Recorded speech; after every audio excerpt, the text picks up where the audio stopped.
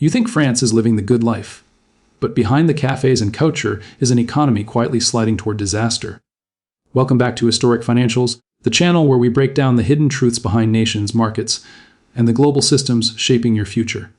Today, we're pulling back the curtain on a country millions dream of, yet almost no one truly understands. Picture this: you step off your flight at Charles de Gaulle, expecting to stroll into the postcard version of France, a land of designer storefronts, overflowing café terraces, golden pastries, and a famously relaxed lifestyle that supposedly makes other countries look like glorified work camps. You imagine a prosperous, elite nation that somehow cracked the code to balancing wealth, comfort, and culture. But that image evaporates almost immediately, because the reality waiting outside the airport doors is far less glamorous. You're entering a country that, behind its elegant façade, is quietly sinking. Not loudly, not dramatically, but steadily, year after year. A country where the middle class is thinning out, where ambitious young talent is packing its bags, and where the government is juggling a debt load that makes even the most irresponsible nations look restrained. Sure, the croissants still taste perfect, but the economic foundations beneath them, they're cracking. This is the story of a nation in decline, slow, polite, and deceptively disguised. And it begins with a simple but shocking truth: France is far poorer than it pretends to be. One of the biggest signs is what many economists in France now call the flattening of salaries. A strange phenomenon where the difference between merely surviving and doing moderately well is barely noticeable. Imagine you're a young professional in Lyon or Bordeaux. You survive the famously punishing French preparatory classes, earn your master's degree, speak solid English, land a respectable job, and then you open your first paycheck around 2,940 net. That number isn't hypothetical, it's roughly the median net monthly salary in France. Half the country earns less than that. Now compare it to someone with no degree, working an entry-level job like cashier or cleaner. They make around 1,400 net, the minimum wage. Suddenly, the difference between being educated and unskilled is barely 500. In the United States, that gap can be thousands. In France, it's practically negligible. For 2 decades, wages have been compressed into a flat plateau. It's not because the French hate ambition. It's because the labor taxes employers shoulder are so high that giving significant raises is nearly impossible. The government pushes up the minimum wage aggressively to combat inflation, but mid-level salaries barely budge. The floor rises, the ceiling stays frozen, and when the floor almost touches the ceiling, everyone gets stuck in the same cramped, low-income room. 2 decades ago, only a small portion of workers were on minimum wage. Today, around 17% are. Millions more hover just above it, barely. Imagine working for years, climbing the ladder, managing responsibilities, and realizing you earn only slightly more than someone doing an entry-level job. It's demoralizing. It kills innovation. It breeds resignation. And things get worse when you try to live on those incomes. Healthcare may be affordable, but housing isn't. A small, perfectly average Paris studio, the kind that feels like a padded closet, can cost $1,200 to $1,500 per month. That's more than the median salary.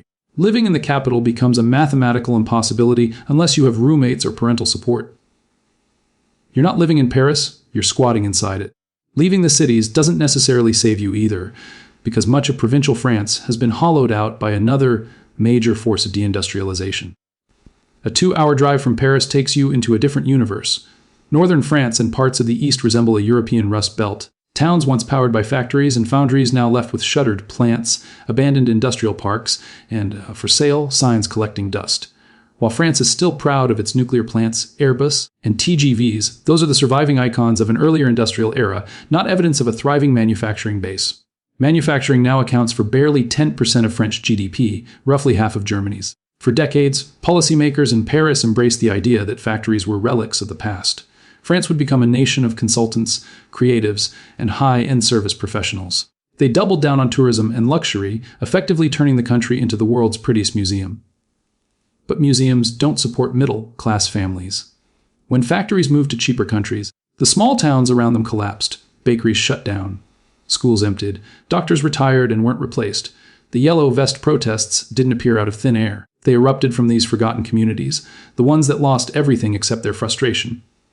While Paris sells 33,000 handbags to foreigners, rural France survives on supermarkets and Amazon warehouses. During COVID, France suddenly realized it couldn't even manufacture basic painkillers like paracetamol. The country that once led global medical innovation had to plead for supplies from India and China. That's what happens when a nation forgets how to build. And all of this sits atop a time-bombed debt. Everyone obsessively talks about US debt, but at least the US has the world's reserve currency and can print dollars. France. It uses the euro and cannot print its way out of trouble. Its debt recently hit around a 113% of GDP, almost double what EU rules technically permit. But here's the most shocking part: France hasn't balanced a national budget since 1974. 50 straight years of deficits, under left governments, right governments, and everything in between.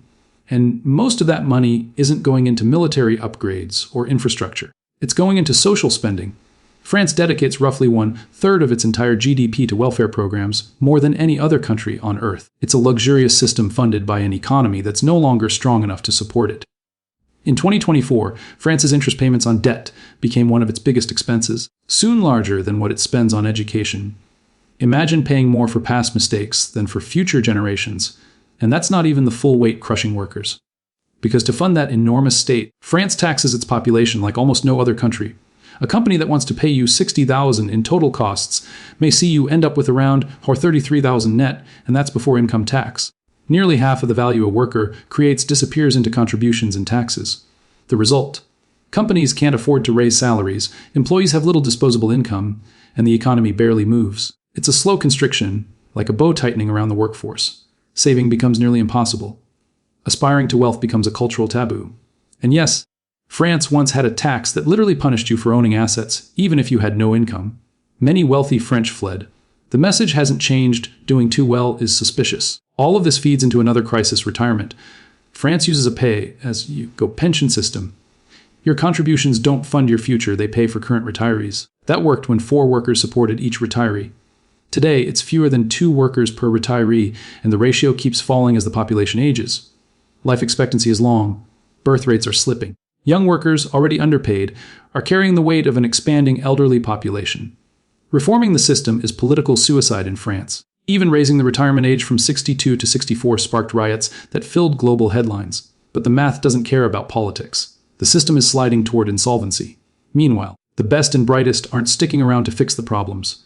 French students, especially those from elite schools, are leaving in droves for London, Zurich, California, and beyond. They earn triple salaries, pay lower taxes, and enjoy faster upward mobility.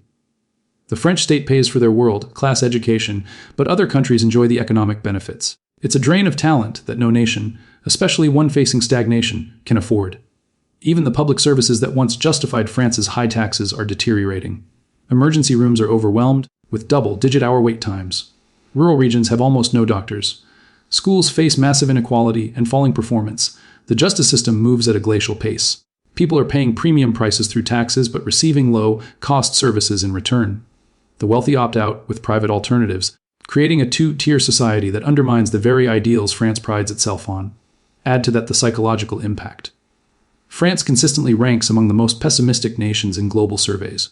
Despite 5 weeks of vacation and world-famous food, the French outlook on the future is bleak. They grow up hearing about Napoleon, the Enlightenment, and their cultural prestige. But they see a country losing influence, facing economic stagnation, and falling behind globally.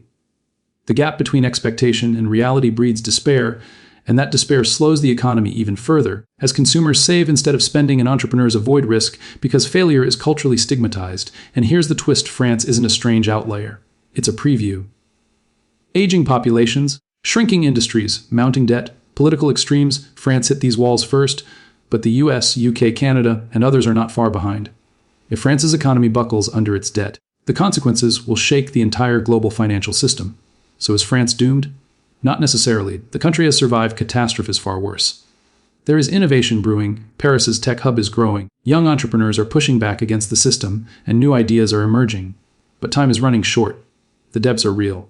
The demographics are real. The middle-class squeeze is real. France is living on borrowed money and borrowed time. The postcard image hides a much darker truth. And if you want to understand which country faces the same fate next, keep watching.